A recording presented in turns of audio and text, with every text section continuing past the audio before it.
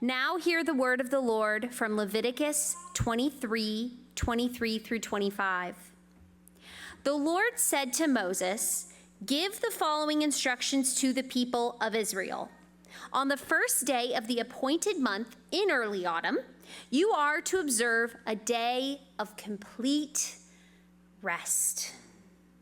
It will be an official day for Holy Assembly, a day commemorated with loud blasts of a trumpet. You must do no ordinary work on that day. Instead, you are to present special gifts to the Lord." This is the word of the Lord.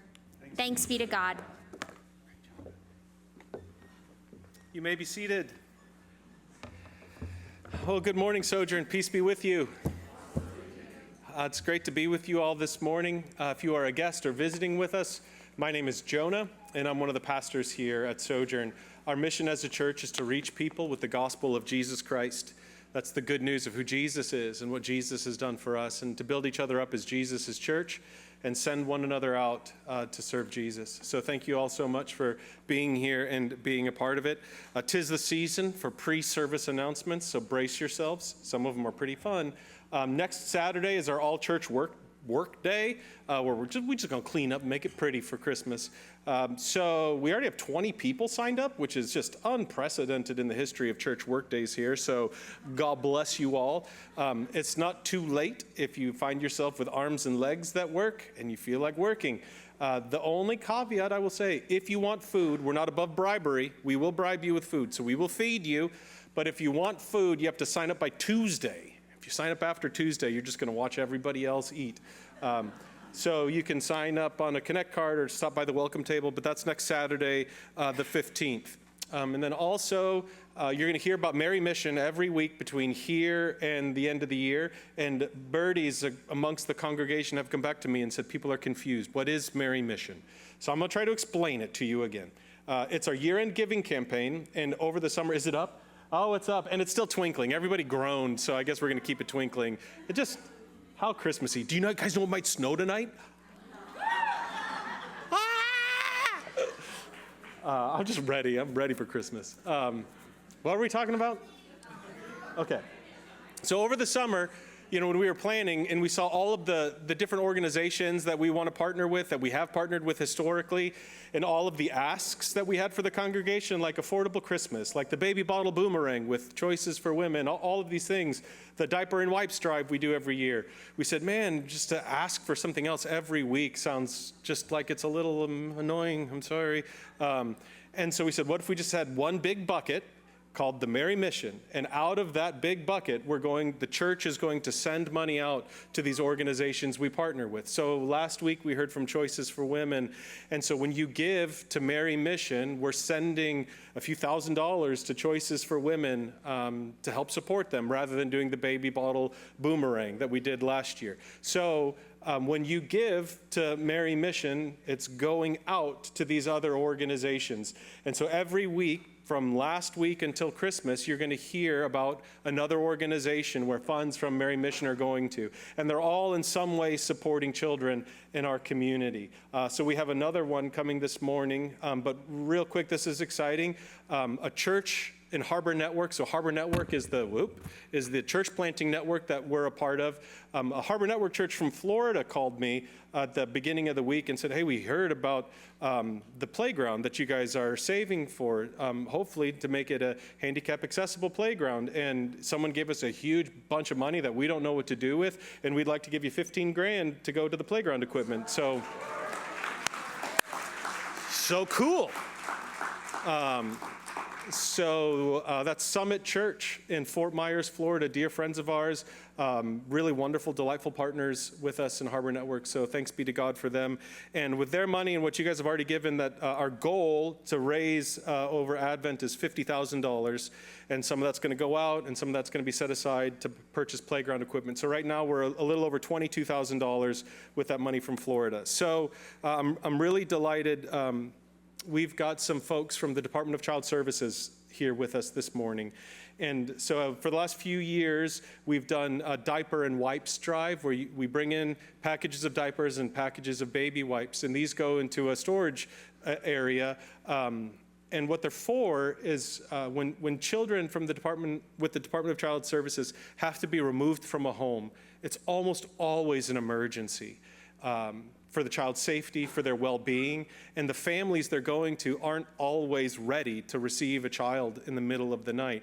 And so these supplies go for these emergency scenarios so that wherever the child goes, they have everything they need to be, as loved and as warmly welcomed as possible. So I'm really thankful that we've got Michaela, Carrie, and Maddie here. So welcome Michaela to the stage with me from Department of Child Services. She's going to tell us more about what they're doing and how we can be a part of it. Thanks, Michaela. All right, good morning, everyone. Thank you so much for the introduction. My name is Michaela Young, and I'm a foster care specialist with the Indiana Department of Child Services. My team members who are hanging out with me in the lobby, we have Maddie, and then our team leader, Carrie, back there as well. So we are here today to talk about the Diaper and Wipe Drive, of course, but also a little bit about the Department of Child Services, some changes that we've gone through this year, and just our foster care program as a whole. So the Department of Child Services, DCS, we were appointed a new director, Adam Krupp, this year. So he began January 2025, and Adam has been very passionate about implementing change for the better. So Adam has made some changes to streamline communication and decision-making. He's very passionate about employee retention and also foster parent appreciation. So last year and this year have been considered the year of the foster family. In addition to all of that, Adam assigned a new mission, vision, and purpose for the agency, so I'd like to share that with you all. Our mission is we champion Indiana's future by protecting children and strengthening families with compassion and determination. Our new vision is that every child in Indiana thrives in a safe, loving, forever home. And our new purpose is to ignite hope and cultivate joy. In addition to everything else that Adam's been doing this year, we are launching a faith-based partnership. So we would love to utilize our faith-based partners in our community to help our vision come to reality. Briefly, I would like to share the number of children in our community who are in foster care right now. Our team covers 5 counties. I've pulled some numbers from the 3 closest, I think Floyd, Harrison, and Clark counties. There are currently 350 children in foster care. I've also looked at the number of homes that we have to accept these children, and we have 130 homes across all 3 counties. So this gap is an invitation for churches to help in any way, shape, or form. We understand that not everyone is in a season of life to become a foster parent, but there's always ways to support those who are. So some ways that we have worked with our communities is showing appreciation to DCS staff. If anyone has ideas or things to share or wants to collaborate, most of our offices in each county can allow a speaker at an all-staff meeting. So that invite is always open. Several of our churches have initiated care communities, so that can vary on what that looks like specifically with each church, but some open up the program within the church. And sometimes we have a care portal, so if anyone's interested in signing up for the care portal, what that is we have families who will post a need. So say a family is taking a sibling group of 3 children, but they only have 1 bed. We can post on this care community and say, does anyone have a bed that they don't need? And then we're able to meet that need almost immediately. In addition to that, there's always the option to support current and foster and adoptive families, and just to help spread the word about the need in our community.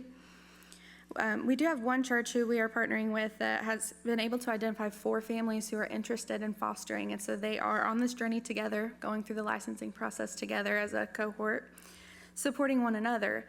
And that church has also identified 3 to 4 families to support each of those foster families on their journey.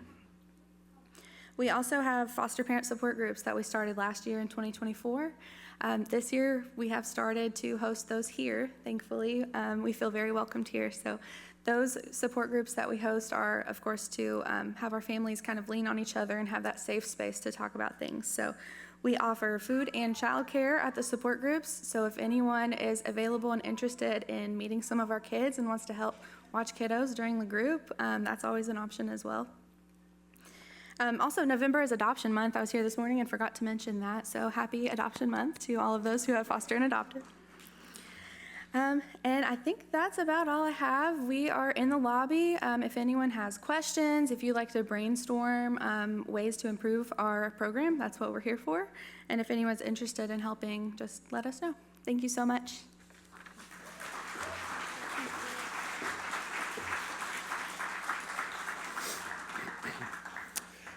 Well, thank you, Michaela.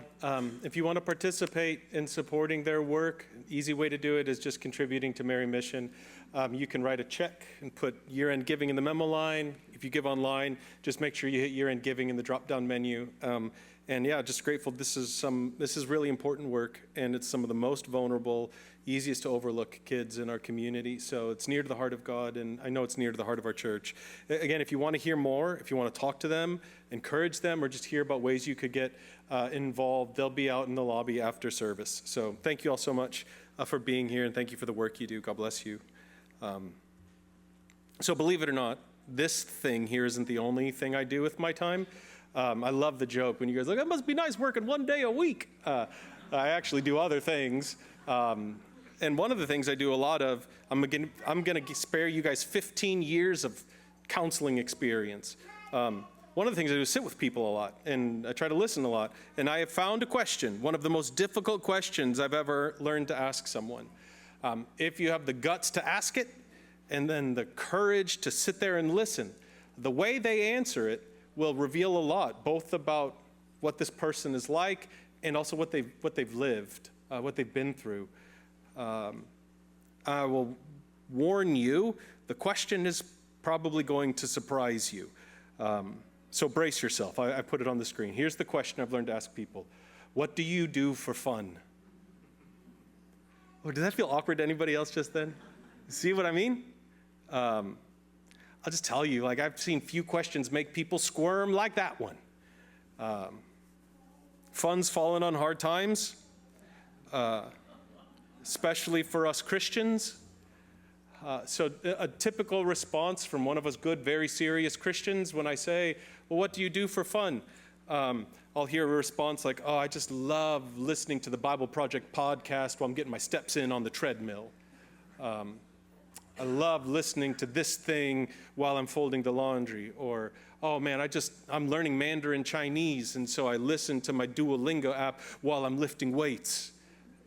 And just to be very clear, like, I am for learning Mandarin. The Bible Project is truly doing the Lord's work. If you don't know those people, they're unbelievable, highly recommended, it's great. I'm for lifting weights, all of that. It's good. Those are good things. But would we call those things fun? Here's a version of the question that gets more to the heart of what I'm getting at.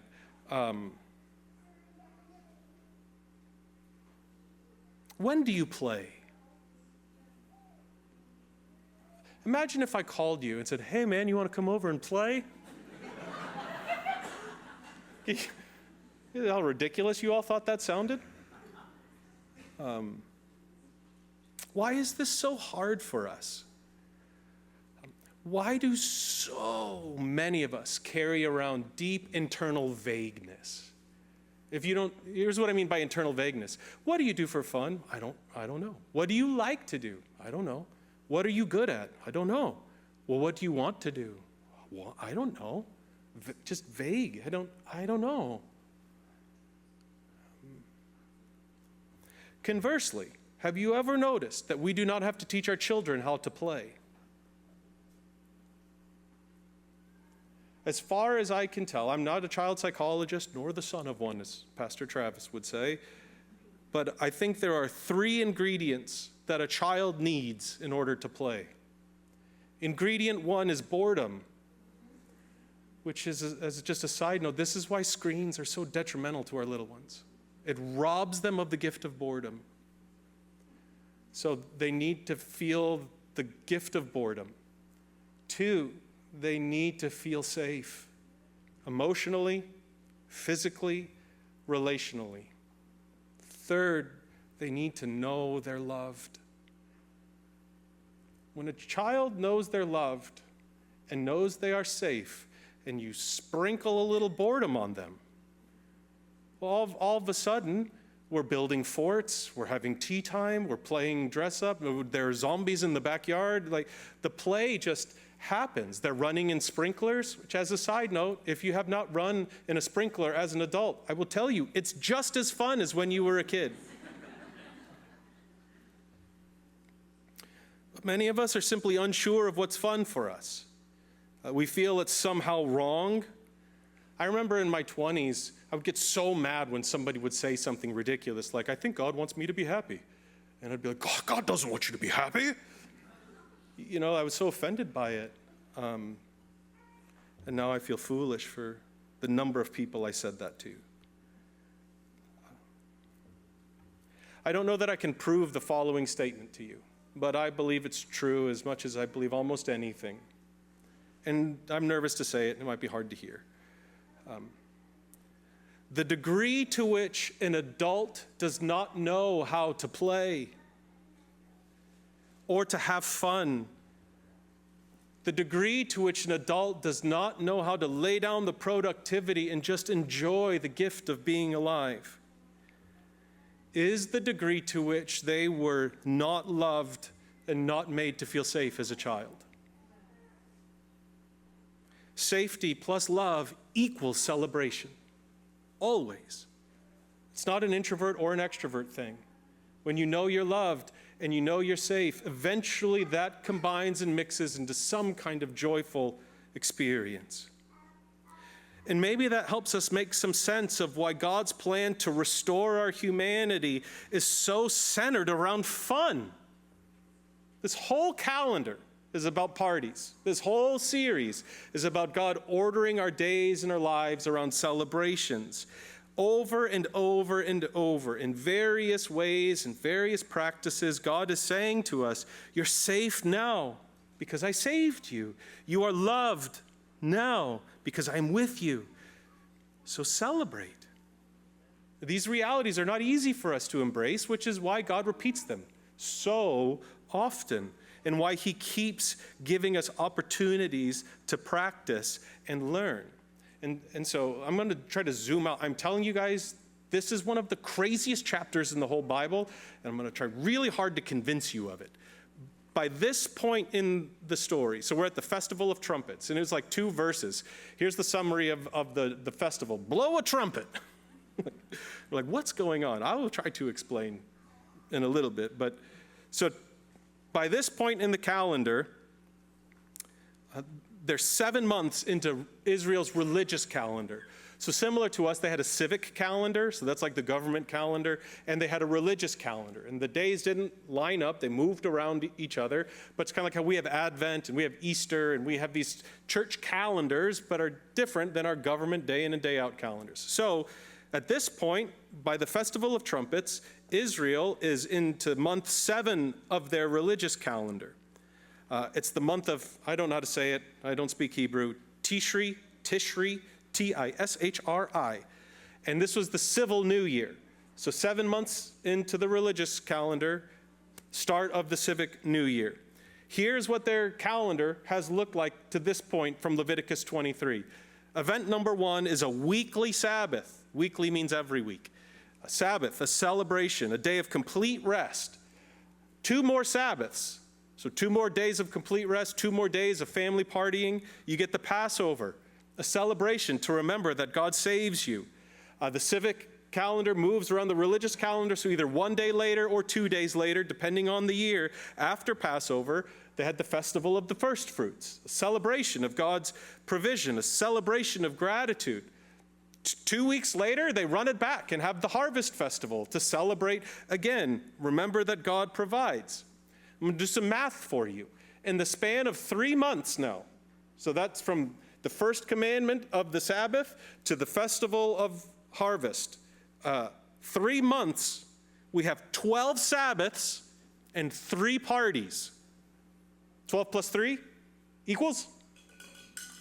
Nobody said it. 15? 12 and 3 Bible numbers. Let the reader understand. You can go think about that. 12 and 3, 15. 15 parties in 3 months. If you want to do a little more math, That's one party every 6 days.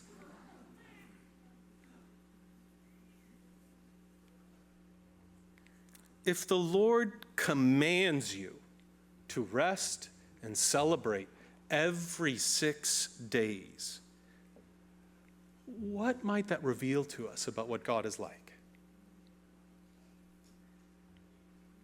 If the Lord commands you to rest and celebrate every 6 days,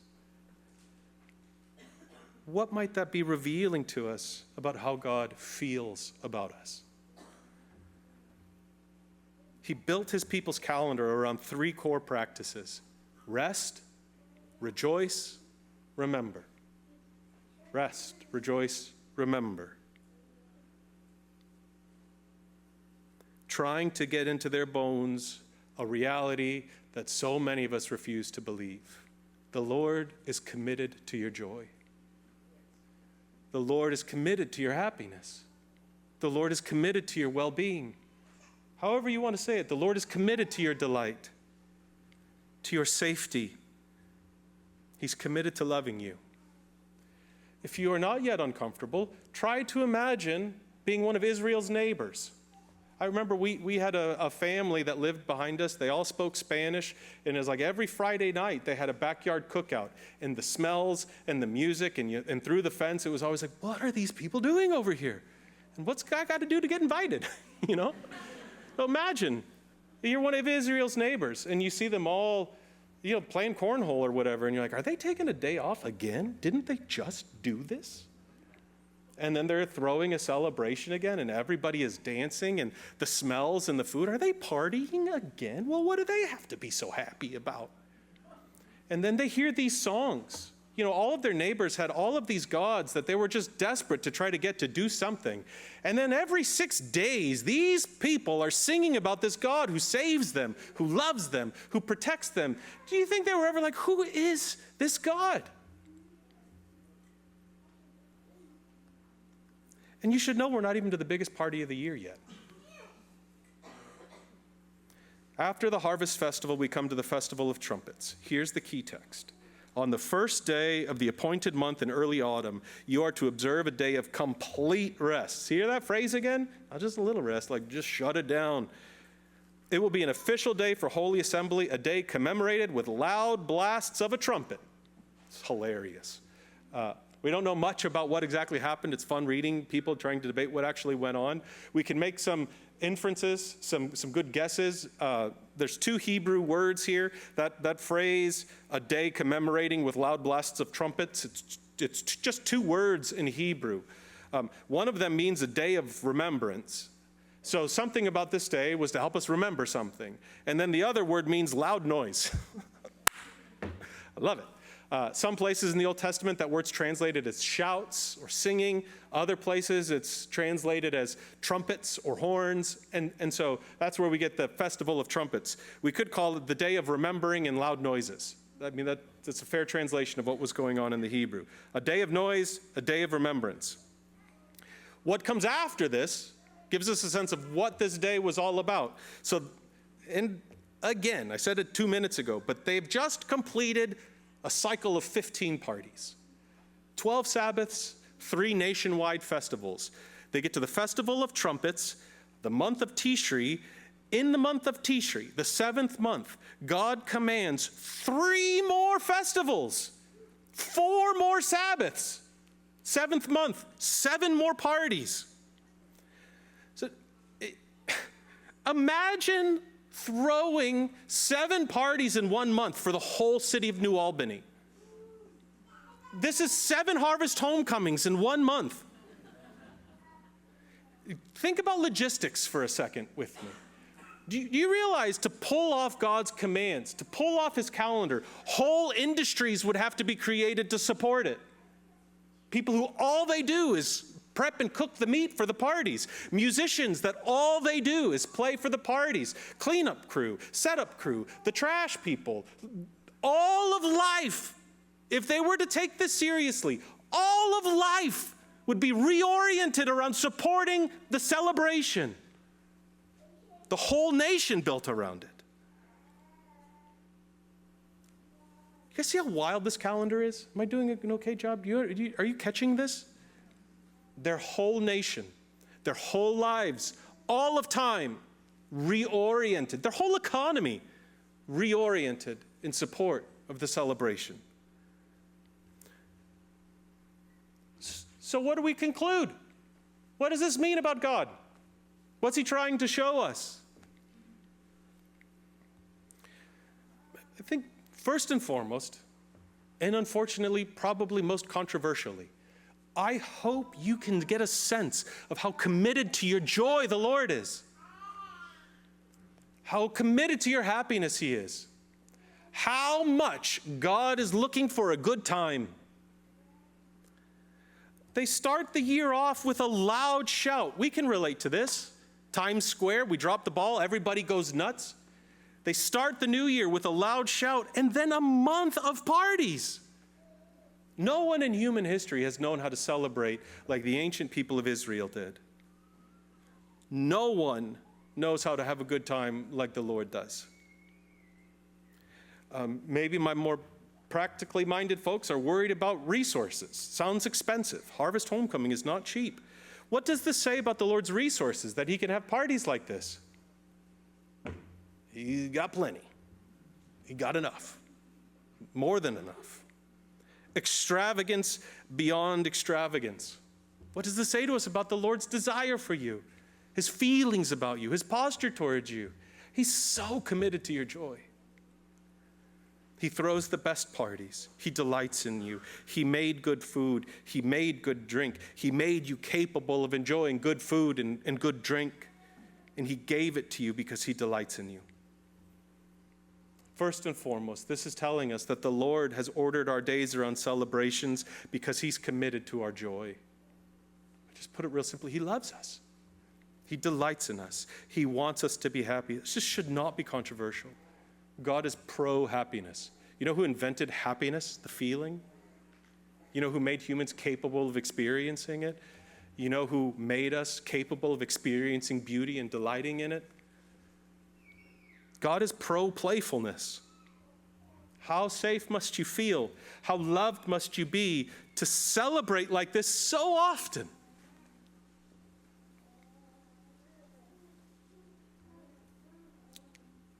The Lord's committed to your joy. That's the first and biggest thing I think this is showing us. Second is more of an observation. Have you noticed that joy is always loud? Just think about that for a second. Volume is directly correlated to joy. Introvert, extrovert, it does not apply. Any introverts, and I was going to ask you to raise your hand. I know you're not going to. It's okay. It's okay. I didn't mean that to be I wasn't teasing anyone. I understand we are all different, and I'm a little strange. But if an introvert was watching, did anybody watch IU football yesterday? Anybody? Well, they won 30 seconds to go with a crazy pass, a crazy touchdown. And what did the introvert do when they saw their team catch the touchdown pass to win with 20 seconds? Did they just say, nice? No, even the introvert jumps off the couch and screams and shouts and hoops and hoorays.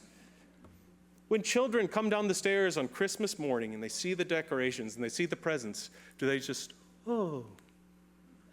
They scream and they shout, they run around. When you go to the concert and your band plays the hit you weren't sure they were going to play or not, does the crowd say, oh, they're playing? They all freak out.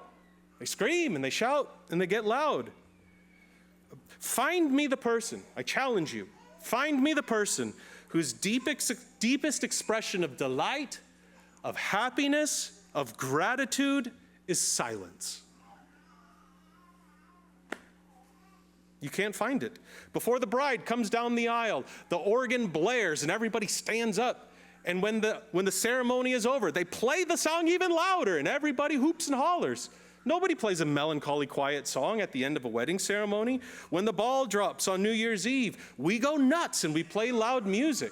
The Kentucky Derby, the fastest 2 minutes in sports. Our whole city is built around it. The dude comes out in the outfit, right? Why does he wear that outfit? No one knows. He brings the trumpet. She knows. She works for the Kentucky Derby. They bring out the trumpet with no buttons. How does it work? No one knows. And he plays the song and everyone, ah! You know, we lose our minds. Strike up the band is synonymous with get the party started. Joy and volume go hand in hand.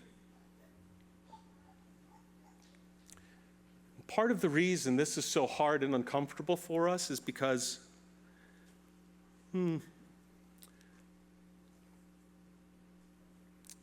many of us have had our volume taken from us. You were told to be quiet. Children are to be seen, not to be heard. That's a rough one. You learned as a child to hide away. If you were not safe, if you were not loved, your volume was taken from you. So God is saying, it's time for you to rekindle that childlike playfulness. Get a trumpet and blow it really loud. And then we're going to play for a whole month. The Lord knows it's hard for us to celebrate. He knows it's hard. He knows we don't always feel that joy, you know? Especially if your volume was taken from you. If you grew up like that, you weren't loved, it wasn't safe, you couldn't play. It's not that it's just hard for you to play now. It's that somehow it feels wrong. It feels like you're breaking a rule. For some of us, it's hard to celebrate because we're so consumed by all that seems so wrong in the world. So joy and celebration somehow feels inappropriate. I understand that. If you wrestle with that, come back next week. We're going to talk more about that. But you need to know if any of what I just said applies to you, or it's like ringing a bell at all, you need to know that sometimes you have to obey God before you agree with God. I don't know if that makes any sense. Sometimes you have to follow Jesus before you understand what you're doing. Sometimes you have to step out of the boat and behave like you trust Jesus, even though the water is stormy and it doesn't make any sense to you. You only learn how to trust Jesus by trusting Jesus. So sometimes, even though it doesn't make sense and it feels uncomfortable and foreign, you have to obey and trust that God is up to something. Because I guarantee you, I promise you, if you follow God's rhythm of life, it will reshape you. It will restore you. It will heal you. You can hear that. You can hear the words of Jesus, but you don't really know how true they are or how powerful they are until you've entered into them, until you've begun to live as though they are true. So God gives us rhythms to help us practice joy. He knows we don't always feel it. He knows we don't always know how to play, so he commands us to. And he builds a whole calendar around it so we can learn how. He restores our humanity that for so many of us has been taken. And for the rest of us, we've so often just given it away. So if you're the least bit skeptical about what I'm saying, I'm going to give you something very simple to go try. And you'll see that this is correct. The Lord commands us to be grateful, commands us to practice gratitude, commands us to focus on what's good and true and beautiful. That can be tough, especially if you're on social media. Amen? So I don't feel grateful today. It hurts. It's dark out. It's cold out. So pick a morning, put your coziest, happiest clothes on, those fall sweatpants with the slippers, get a warm drink, or whatever feels cozy and happy to you. Get out a piece of paper and start writing things you're thankful for. And start very, very small. God, thank you that there's carpet in this room. Thank you that I have toes that feel carpet. Thank you that toes rubbing carpet feels good. Thank you for this mug. I got this mug in Gatlinburg. We had such fun on that trip. Thank you for that trip. Thank you, God, for this sweater. Thank you, God. And just go, small as you can, and stop when you run out of things to say, and watch what happens to you. Your mood will shift. Your Perspective will shift and you will feel joy begin to rise up. If you practice gratitude, do you know what you will eventually feel? Gratitude. If you practice being grateful, eventually you will feel grateful. If you practice joy, you will feel joy. And I think the last thing I just want to be honest about, an observation, is I think the Lord knows how forgetful we are. He knows the bursts of joy are fleeting. He knows we're small and limited and easily frightened, and how difficult life after Eden has been for us. So into the fog of our uncertainty, the Lord blasts his trumpet and says, remember who I am. Remember what I have done for you so that you can remember who you are. See, the celebrations aren't purely for your happiness, though they are. They're to root us again in how safe we are with God and how loved we are by God. These rhythms help us experience the nearness of God that is already with us and to remember all that he's done for us. And so we enter the rhythm. Rest, rejoice, remember. Rest, rejoice, remember. On the Sabbath day of complete rest, remember the Lord made it all. He's in control. On the Passover, remember I've saved you because I love you. Take that same lamb, reenact the whole day. Remember. A day or two later, isn't that amazing? Throw a whole party practicing your gratitude and joy over the harvest. Respond in joy. Practice letting go. Practice generosity. Practice trust. That looked hard. Why don't you take another Sabbath? Just enjoy, just rest, celebrate. Take another one. Rest, enjoy. Now, why don't you get a trumpet out? Make the loudest noise you can, and let's spend the rest of this month celebrating. Remember. Remember who I am. Remember who you are. Remember what I've done for you. For us, we enter these rhythms, we practice them, we rehearse them, we take a day off. Oh, if you don't take a day off, just try it. Try it. Gather with your church. Eat the Lord's Supper. Remember, the Lord loves you, delights in you. Throughout the year, we prioritize our holy days of assembly, and we gather and come and see that the Lord is committed to our joy. And I invite you to come back next week. It's just incredible. At the end of all things, when the Lord Jesus returns, any guesses what he invites us to? A party, the wedding feast of the Lamb. Any guesses on how he inaugurates and announces that the party has begun? The blast of a mighty trumpet. If you're willing and able, stand with me and we'll pray.